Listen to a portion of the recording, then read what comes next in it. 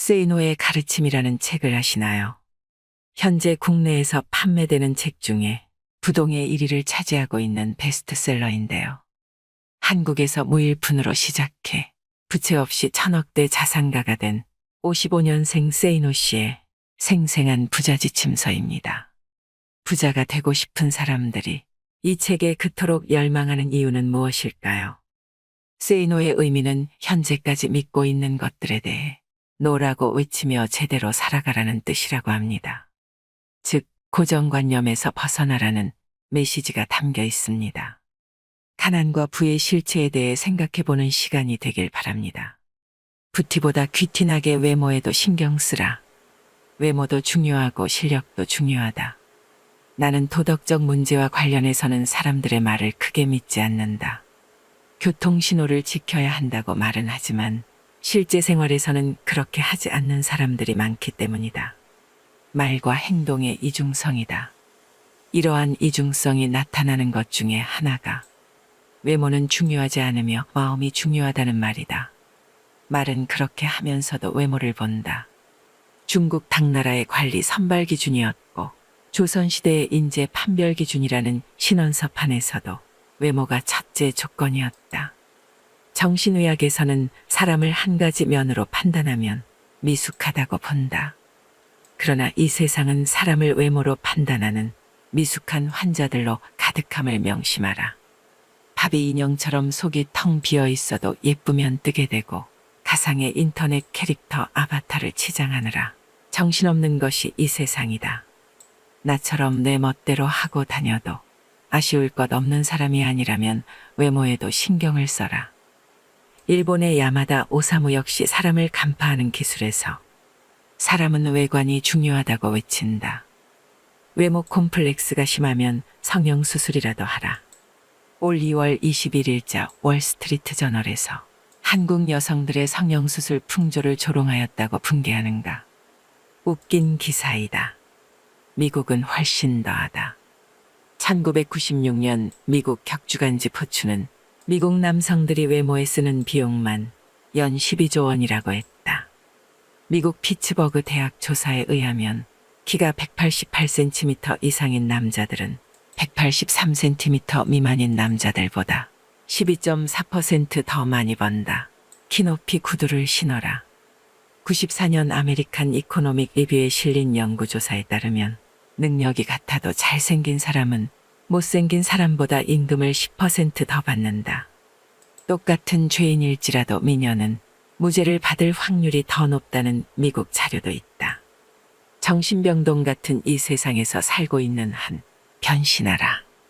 의사전달 효과 역시 55%는 몸짓, 표정과 시선에 의존하며 38%는 목소리 톤에 그리고 7%만이 발표 내용에 의존한다고 한다.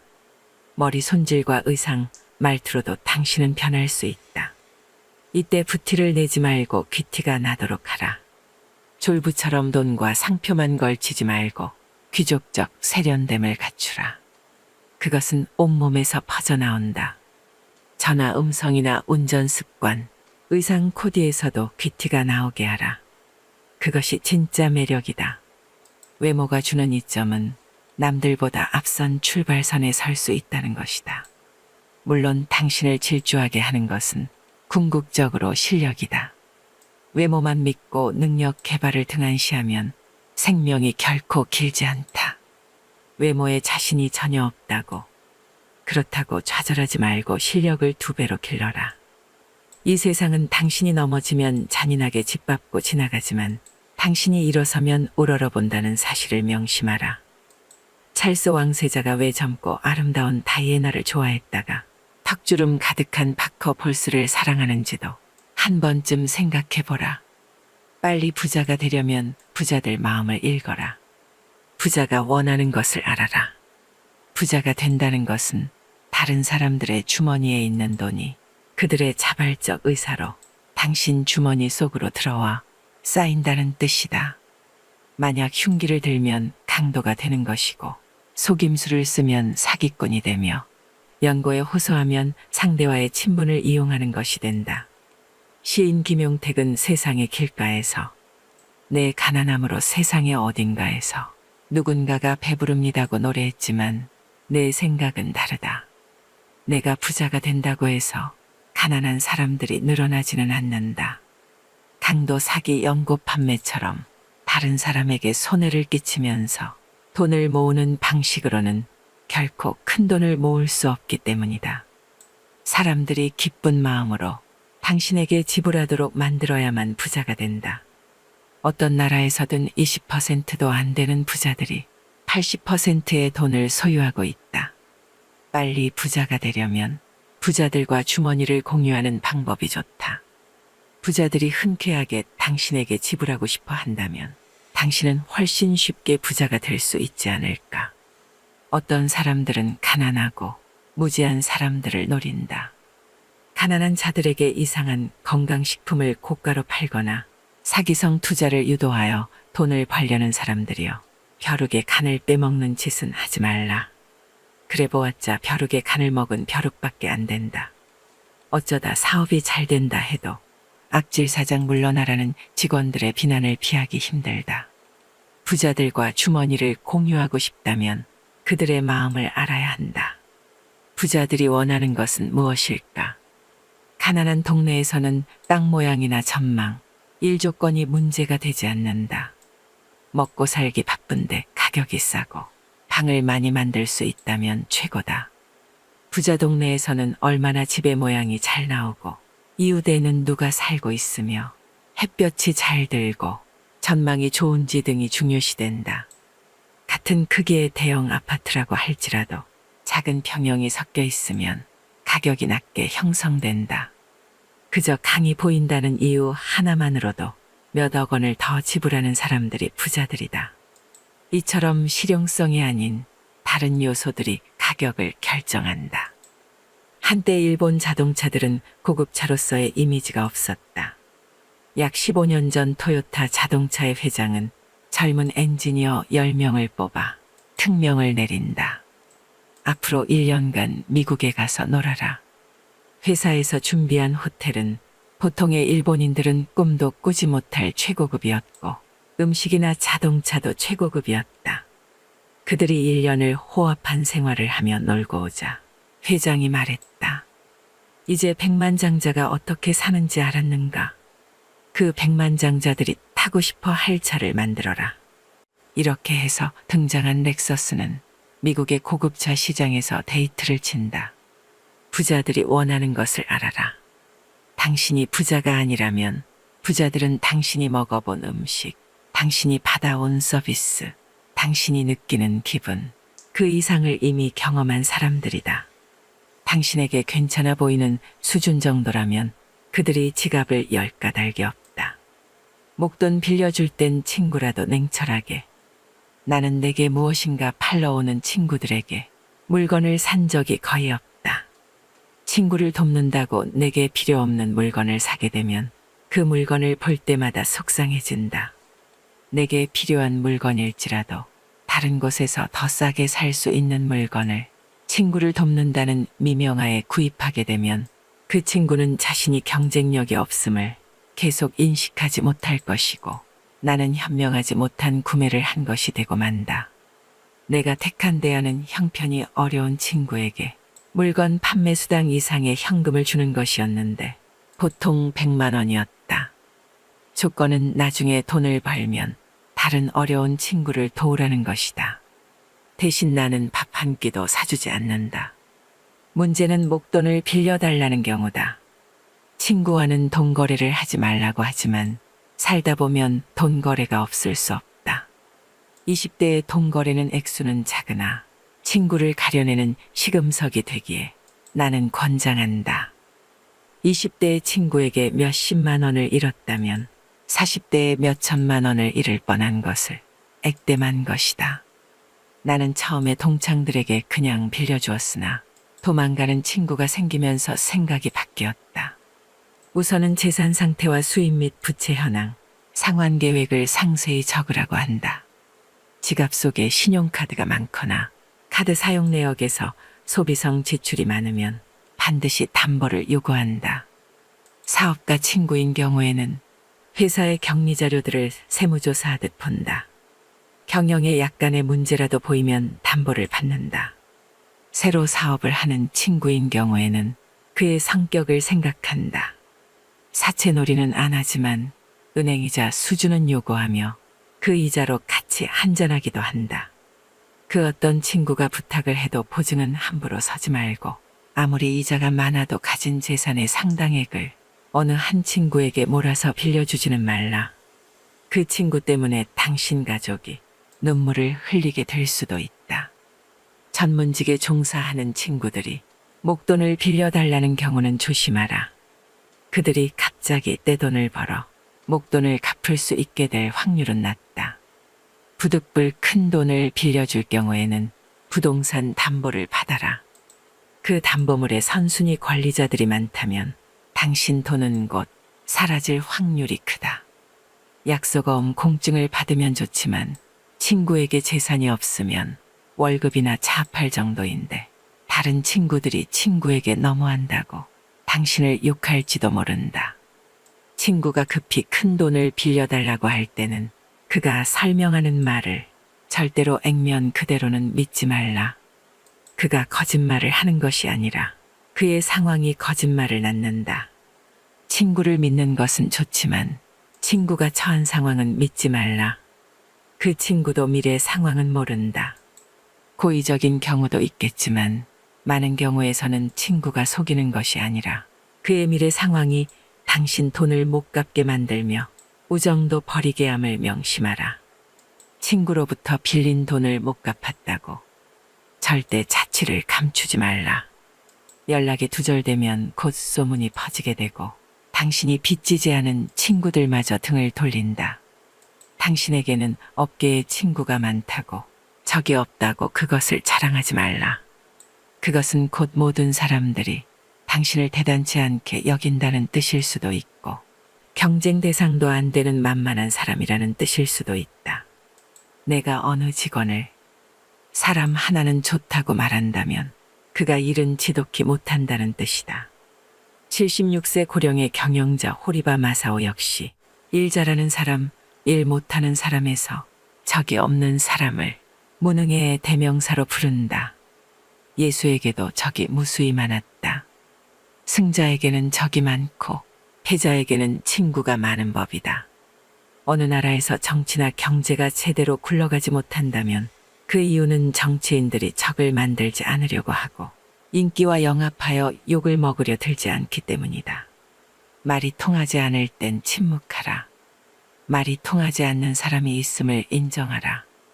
살다 보면 여러 가지 갈등으로 인해 마주치기조차 싫은 사람들이 주변에 생기게 마련이다. 이런 경우 서로가 마음을 열고 대화를 해야 한다고 말하지만 아무리 얘기를 나눠도 매듭이 풀리지 않거나 대화 자체가 이루어질 수 없는 경우가 발생한다. 왜 이런 상황이 발생하는 것일까? 인간관계에서 갈등이 생겼을 때 사람들의 반응을 나는 4가지 유형으로 구분한다. 첫째는 갈등이란 있을 수 없다고 생각하는 형이다. 문제 자체를 없었던 것으로 하자고 하면서 좋은 게 좋은 거 아니냐는 식으로 덮어버리려고 한다. 대부분의 문제를 사소하다고 여기고 보다 더 큰 명분, 이를테면 화합, 사랑, 애국 같은 명제 밑에 모이라고 한다. 싸운 학생들을 억지로 악수하게 하는 선생도 이 경우에 속한다. 부모는 자식들 간의 갈등을 주로 이런 식으로 해결하려고 한다.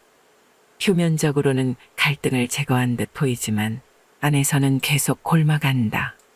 둘째는 문제의 본질과는 상관없는 권위나 지위에 의존하는 형이다. 문제를 일으킨 사람이 윗사람일 경우 주로 나이가 몇 살이냐, 어떻게 대들 수 있느냐는 식으로 말한다. 아랫사람이 잘못을 저질러 윗사람에게 야단을 맞았을 때 어떻게 그렇게 비인간적으로 야단칠 수 있느냐는 식으로 윗사람을 오히려 비난하는 경우 역시 이 부류에 속한다. 여자와 싸우다가 여자가 왜 그래라며 윽박지르는 남자들도 이 부류이다. 셋째는 다른 사람들에게 호소하는 형이다. 이런 사람들은 평상시에는 당사자에게 태연하게 행동하면서도 다른 사람들에게 자기 하소연을 늘어놓는데 오해와 과장, 축소나 은폐, 모함이 따른다. 그러나 나중에 무슨 말을 했었는지도 제대로 기억을 못하거나 딱 잡아댄다. 당사자와 직접 이야기하는 경우는 드물며 오해가 풀어져도 사과하거나 반성하지 않는다. 다중인격적인 면모를 갖고 있으며 가장 멀리해야 할 대상에 속한다. 넷째는 책임을 밝히려고 하는 형이다. 보통 사람들은 입으로 직접 거론하기 힘들어하는 것들도 거침없이 끄집어내어 밝히고자 한다. 연장자들을 당황하게 만들며 상대방에게 서운함 혹은 괘씸함을 안겨주기도 한다. 자기 주관에 따른 이분법적 사고가 강하다. 자식에게 우리 대화하자고 해놓고 자식이 무슨 말을 하면 오히려 야단을 치고, 그래서 자식이 침묵하면 이제는 말을 안 한다고 야단치는 부모도 이 유형에 속한다. 이러한 유형들은 누구에게나 조금씩 섞여 있으나 갈등이 발생하게 되면 어느 한 유형이 집중적으로 표출된다. 갈등에 대한 유형들이 서로 다를 경우에는 어느 한쪽이 백기를 들어야 화해가 이루어지지만 표면적인 것에 불과하다. 누군가와 갈등이 있다면 자신과 상대방의 논리 유형을 파악하라. 서로 다른 유형이라면 차라리 더 이상 만나지 말거나 그것이 어려우면 침묵하는 것이 서로를 위해 좋다. 당신에게는 당연한 말이 상대에게는 전혀 그렇지 않기 때문이다. 말이 통하지 않는 사람이 있음을 인정하며 살자는 말이다. 세이노의 성공담. 이생망이라는 단어가 있다. 이번 생은 망했다라는 뜻이다. 정말 그럴까? 노력은 정말 개소리일까? 중산층 이하의 가정에서의 자녀들이 자신들의 처지를 부잣집 자녀들과 비교하면 그럴 수 있다. 가난한 집 자녀들의 경우에는 더더욱 그럴 수 있다. 그런데 잠깐만. 어느 시대이건 빈민층과 서민층, 부유층은 동시에 존재하여 왔다. 졸부 흉내 내지 말고 먼저 목돈부터 모아라. 그리고 지식을 배양하라. 동아일보 지면에 세이노의 부자 아빠 만들기 칼럼을 연재하고 있는 세이노 씨는 그 자신을 학력도 남다르지 않고 머리도 좋지 않은 아주 평범한 사람이라고 말한다. 그래도 엄청난 부자가 되었다. 그는 돈을 버는데 굳이 똑똑한 사람들과 경쟁할 필요가 없다며 아주 평범한 사람들보다 약간 생각만 달리하면 큰 부자가 될 수 있다고 말한다. 그가 굳이 필명을 고집하고 자신을 드러내지 않는 것은 IMF 사태 직후 모 언론에 당당하게 외제차를 몰고 다닌다고 말한 이후 온갖 협박 전화를 받고 아이들 학교에서도 문제가 됐기 때문이라며 사람들의 의식부터 바뀌어야 돈을 벌 수 있고 사회 풍토가 바뀌어야 부자 나라가 될 수 있다고 강조한다. 돈 버는 노하우가 언제, 어떻게 해서 보이기 시작했는가? 처음에는 그저 돈만 쫓아다녔다. 사람들을 만나면 그저 내 호주머니를 불려줄 수단으로 생각했다. 그것이 잘못이었다. 나부터도 나를 어떤 수단으로만 보는 장사꾼에게 물건을 살 마음은 생기지 않으니까. 돈을 번다는 것은 다른 사람들의 호주머니 속에 있는 돈이 그 사람의 자발적인 의사로 내 호주머니로 옮겨지는 것이다. 그러기 위해서는 먼저 고객의 불편함을 파악하고 정말로 섬기는 자세가 필요하다. 양반 정신을 버리고 머슴 정신을 가지면 된다. 사람들이 돈을 벌지 못하는 이유는 머슴 정신이 없기 때문이다. 아울러 철저한 신용을 다져나가고 약속을 이행했다. 약속을 지키느라 손해를 본 적이 한두 번이 아니다. 강의용 음향기기 설치 사업을 시작했을 때의 일이다. 사업 시작 첫 해에 수혜가 났다. 다른 사람들 같으면 천재지변이므로 책임이 면제된다고 주장하겠지만 나는 무료로 다 수리해 주거나 신품으로 바꾸어 주었다. 몇 천만 원의 손해가 났지만 바로 이 고객들이 모두 나의 영업사원처럼 선전을 해주는 바람에 1년 후에는 수억 원을 벌 수 있었다. 또 품질을 남들보다 10%만 더 좋게 하면 가격은 몇십 퍼센트 더 받을 수 있다. 국산 만년필과 몽블랑 만년필을 비교해보라. 품질이 100배 더 좋아서 가격이 100배 더 비싼 것은 아니다. 아울러 경쟁이 치열한 쪽에는 전혀 가지 않았다. 이른바 멋있고 폼나는 분야에는 똑똑한 사람들이 많이 들어와 같이 싸우기 때문에 보통 사람들은 언제나 패자가 되고 만다. 그러나 경쟁이 약한 분야에 가게 되면 그저 나 같은 보통 사람들이 들어오는 경우가 많으므로 그들보다 조금만 노력하면 이길 수 있었다. 여러 번 사업에 실패했다는데 어떻게 재기했는가? 나는 정말 빈손으로 시작했다. 처음에는 보따리 장사부터 시작했고 28세에 집도 샀지만 2년 후 몽땅 말아먹고 다시 빈털터리가 됐다. 하지만 원래부터 가진 것이 없었기 때문에 잃은 것도 없다고 생각하고 다시 시작했다. 영어를 조금 했기에 하루에 15시간씩 번역일을 하면서 생활비를 모았고 그 이전에 닦아놓은 신용을 근거로 자금을 모았다. 내게 돈을 빌려준 사람은 친척이나 친구가 아니라 모두 사회에서 만난 사람이다. 담보 없이 돈을 빌릴 정도로 내 신용은 철저했다. 나는 남들이 잘 모르거나 불편해하는 것을 찾아다닌다. 그것들이 돈이 된다. 나는 남들이 모르거나 불편해하는 것을 해소해주고 대가를 받는 구조체를 만드는데 열중했다. 내가 아는 영어 지식이 85년부터 나타난 16비트 컴퓨터와 연결되니까 그것이 무역으로 연계되고 나중에는 유통까지 연계됐다. 모든 사업은 3년이 고비라는 것을 그때 알았다. 3년만 몰두하면 내가 몰두하지 않아도 돈이 들어오는 구조체의 뼈대는 완성된다. 그러나 사람들은 보통 2년을 못 견디고 넘어지는데 회수의 진을 치지 않기 때문이다. 나는 어떤 일을 하든지 회수의 진을 치고 죽기 아니면 까무러치기로 덤벼든다. 재기 이후 큰 돈은 어떻게 벌었으며 어떻게 유지하고 있나. 정보를 가공하는 일을 통해 큰 돈을 만지기 시작했다. 컴퓨터 음향기기 무역 유통을 통해서도 돈을 벌었고 그것을 다른 사람들처럼 재테크를 통해 불려왔다. 이때 나는 나보다 더 부자인 사람들의 말만 믿었다. 재테크 전문가라고 해도 나보다 부자가 아니면 반신반의했다. 부동산 경매도 내가 직접 공부하고 직접 결정했다. 증권도 마찬가지다. 전문가들 의견은 그저 참고하는 정도다. 지금도 공부는 계속하지만 습관일 뿐이고 더 부자가 되고 싶은 마음은 없다. 그런데도 자꾸 돈이 불어나는 것은 다른 사람들이 몰리는 길에는 잘 가지 않기 때문인 듯하다. 사람들이 코스닥에 몰릴 때 나는 얼씬도 하지 않았다. 평범한 사람들이 부자가 될 수 있는 가장 중요한 방법과 마인드는 무엇인가? 졸부 흉내를 내지 마라. 기름값이 조금만 올라도 허리띠를 졸라매야 하는 상황이라면 기름값이 쌀 때 미리 졸라매며 살아야 한다. 그렇게 목돈을 만들어 놓아야 한다. 전쟁이 났다고 생각하고 철저하게 생존 능력을 배양해라. 결국은 지식을 배양해야 한다. 고민이 있다면 10분 이상 하지 마라. 어떤 고민도 사실상 10분 이상 하지 못한다. 그런데도 많은 사람들이 걱정에 빠져 산다. 오로지 문제 해결 방안만 찾아라. 부자가 되는 것은 천재들이 아니라 바로 다른 보통 사람들과 경쟁하는 것임을 잊지 마라. 미리 겁먹을 필요가 없다. SBS 그것이 알고 싶다.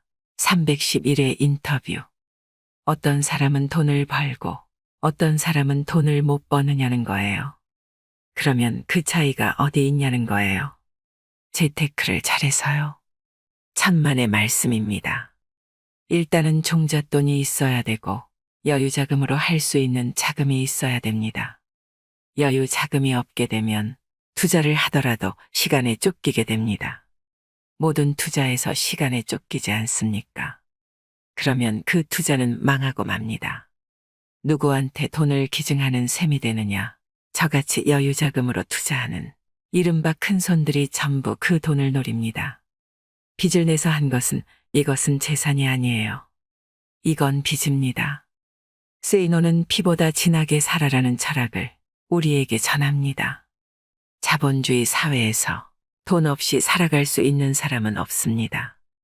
이 사회에서 돈은 마치 피와 같기 때문이죠. 피가 우리 몸 전체를 순환하며 생명을 유지시키듯 돈은 돌고 돌아야 합니다.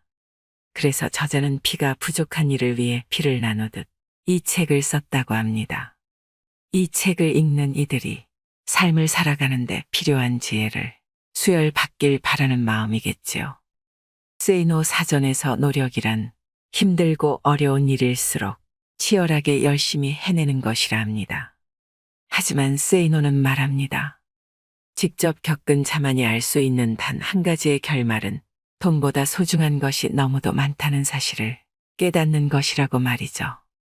그것은 어디에 누구든 어떤 이유로든 살아가면서 소중한 걸 포기하지 않는 세상이 되길 바라는 마음이 더 크기 때문일 것입니다. 우리 구독자 여러분들, 오늘도 행복하시길 바랍니다. 이상으로 인생의 품격이었습니다. 하루하루 당신의 품격이 더 빛나길 바랍니다.